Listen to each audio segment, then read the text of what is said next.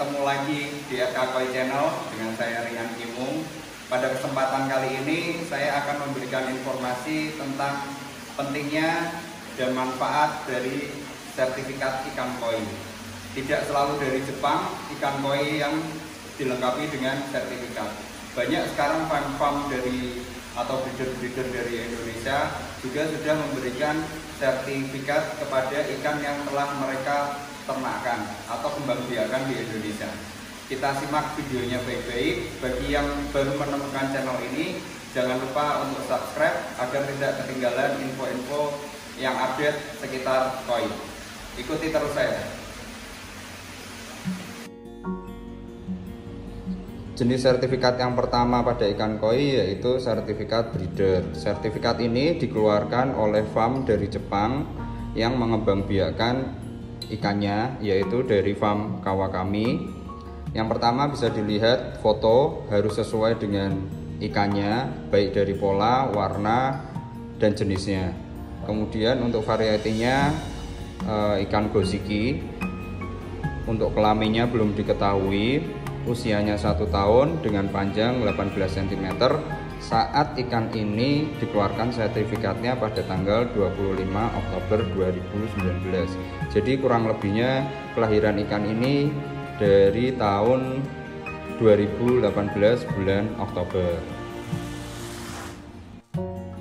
Contoh sertifikat breeder yang kedua ini dari Sakai. Jenisnya Taiso Sansoku atau akrab disapa dengan Sanke. Spawning date yaitu data dari pemijahannya, yaitu tahun 2018. Kelaminnya belum diketahui. Panjang ikannya 15 cm. Parentsnya tidak ada datanya. Nah, untuk ikan berukuran 0 sampai 20 BU biasanya emang sertifikatnya tidak disertai jenis kelaminnya karena masih susah untuk menentukannya.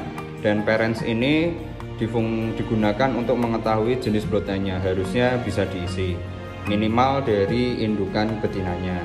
Sertifikat ini dikeluarkan pada tanggal 20 bulan 12 2018. Jadi kurang lebihnya ikan ini lahir di awal tahun 2018, kuartal pertama sekitar Februari, Maret, April. Untuk contoh sertifikat breeder yang ketiga ada dari Momotaro Farm. Di sini female parenya tersebut dari bloodline Momotaro Makokohaku. Kenapa selalu indukan betina yang disebutkan? Karena satu indukan betina pasti akan dibuai oleh 3 pejantannya. Terus yang kedua otomatis jenisnya menjadi Momotaro Makokohaku sesuai female parentsnya. Tanggal kelahirannya tidak tersebut, tapi perkiraan tahun 2017. Sertifikat ini dikeluarkan 28 April 2018. Ada sedikit kekurangan ya dari sertifikat ini karena tidak menyebutkan usia dan ukuran saat sertifikat ini dikeluarkan. Itu sangat penting ya untuk mengetahui perkembangbiakan ikan bagus, dan ikan ini sebetulnya bergen bagus atau tidak dilihat dari pertumbuhannya. Untuk breeder Indonesia juga sudah banyak yang mengeluarkan sertifikat pada ikan koinya agar menjaga data dan kualitas untuk para penghobi. Untuk jenis sertifikat yang kedua yaitu sertifikat dari dealer, di mana sertifikat ini dikeluarkan oleh dealer. Ini saya ngambil sampelnya dari Tropical Koi Center ya.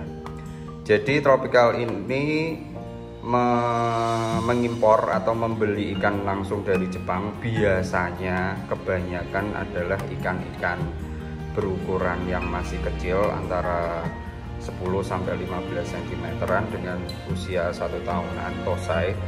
Karena dengan skalanya yang besar dan farm dari Jepangnya juga sudah mempercayakan keabsahan atau kualitas dari dealer yang berada di negara lainnya, makanya dealer-dealer ini bisa menerbitkan sertifikat untuk menyebutkan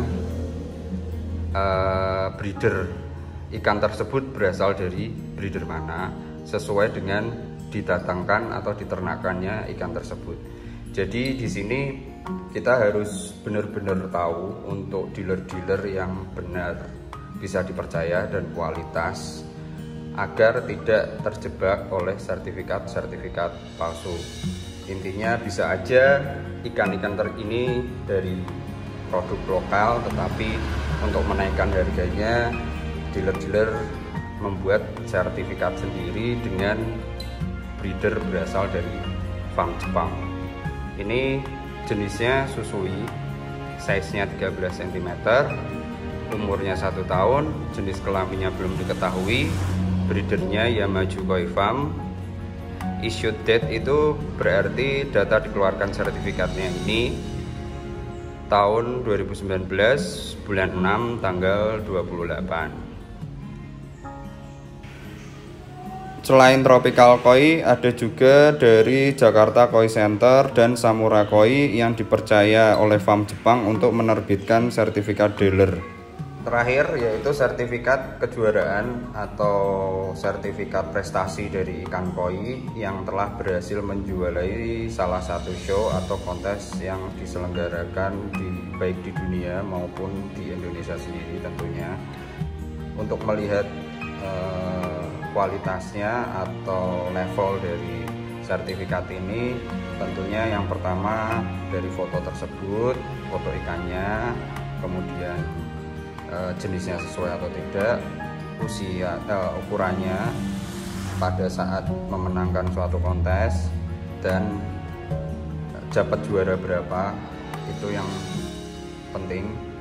Selanjutnya dari sertifikat ini akan memperlihatkan suatu kontes yang pernah diikuti dan dijuarainya, itu menjadikan gengsi dari ikan itu bisa naik, dan biasanya farm-farm atau breeder-breeder memanfaatkan koi show tersebut untuk meningkatkan kualitas dealernya atau kualitas farmnya.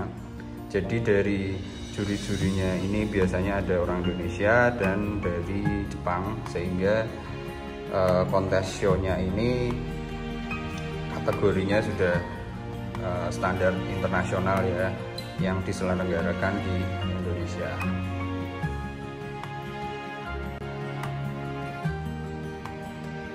Bagi saya yang paling penting untuk melihat sertifikat ikan koi tersebut, yang pertama berada dari fotonya, yaitu untuk menyamakan jenis dan ikan aslinya apakah sudah sama atau belum. Yang kedua dari peternak atau farm breeder yang mengembangbiakan ikan tersebut atau berasal dari negara dan farm mana. Yang ketiga yaitu bloodline atau parents dari si ikan tersebut, agar kita tahu ikan tersebut dari keturunan koi dewasa atau indukan yang baik dan sekiranya pernah jadi grand champion atau mempunyai spesifikasi ikan yang baik juga. Dan yang terakhir adalah dari data jenis kelamin, usia, dan ukuran, di mana kita sebagai penghobi akan memerlukan data tersebut untuk memilih ikan yang berpotensi baik. Jadi untuk ikan yang berpotensi baik pasti akan mempunyai data kelahiran yang singkat tapi menunjukkan waktu perkembangbiakan yang cukup signifikan. Dalam hal ini parents pun sangat mempengaruhi perkembangbiakan ikan tersebut, tapi tidak semua parents menghasilkan ikan-ikan yang baik, karena pada dasarnya pasti ada ikan-ikan yang bergen tidak baik walaupun dihasilkan dari parents yang baik. Kemudian yang terakhir dari sertifikat juara itu saya lihat level dari koi show yang pernah ikan itu ikuti, sehingga saya tahu ikan itu berkualitas show internasional atau masih nasional atau masih lokal. Nah, sudah lihat kan manfaat dan kegunaan dari sertifikat ikan koi. Bagi teman-teman yang mau membeli ikan koi bersertifikat, harap berhati-hati juga. Pilih dealer-dealer atau penjual ikan koi yang berkualitas atau bisa dipercaya. Karena tidak sedikit juga dari sertifikat-sertifikat ikan koi tersebut banyak yang dipalsukan oleh penjual-penjual atau dealer-dealer yang tidak bertanggung jawab. Sekian video kali ini, semoga bisa bermanfaat untuk kita semua penghobi koi. Jangan lupa like, komen, dan subscribe-nya. Salam RK Koi Channel.